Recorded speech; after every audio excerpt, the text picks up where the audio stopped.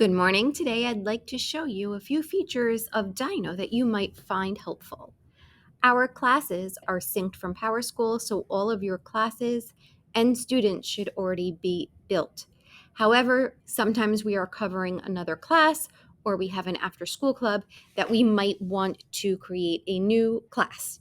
So I would click Create New Class and put the name of the class I'm going to be covering.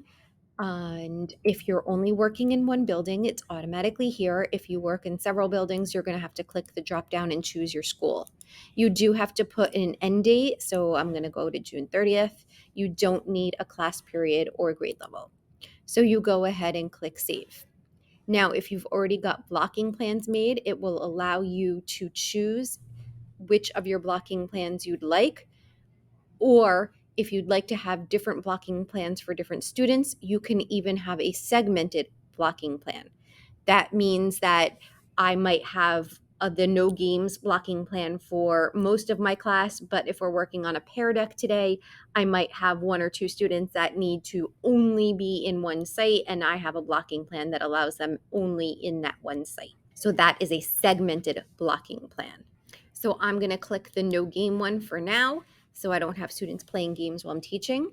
We click Add Student, type in the names of any students you would like added to your class, and then you click on the student, and then you would click Add Student and add in your next student that you want to add to the class.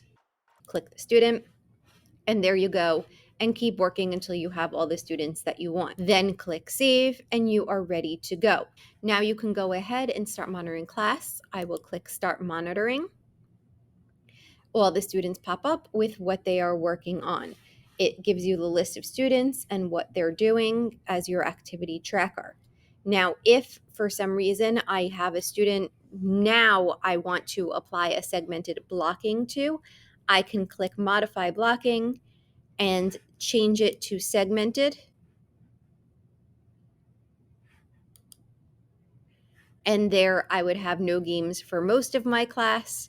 And I could say, hey, for just this one student, I might want to put that he or she is only allowed to go to the Pear Deck one that I have built. So I might then click on a student and say, hey, you need to be on the Pear Deck only plan. And that student will have just that, and we enforce it by clicking there. I'm going to remove this blocking plan quickly from that student though, because he is working on something. Now, if you ever have students being monitored by another teacher, you can go ahead and click up here. It would list all of your students and you click Take and Monitor. That is a very common thing that's been happening, that teachers, when they go to a new class, their students are still monitored. So you would just click that button to grab the students from the prior block's teacher. Now, if you have a student who's doing something questionable, you can go ahead and click on this and see exactly what they're doing. Okay, this child is actually doing science research, that's fine. If for some reason this was a site that you didn't want them to allow, if they were playing a game that you didn't want to allow, you could just click right here and block the activity, and this would be added to your blocking plan. So on the fly, it is super fast and easy to add sites to a blocking plan. Thank you, and I hope this helps.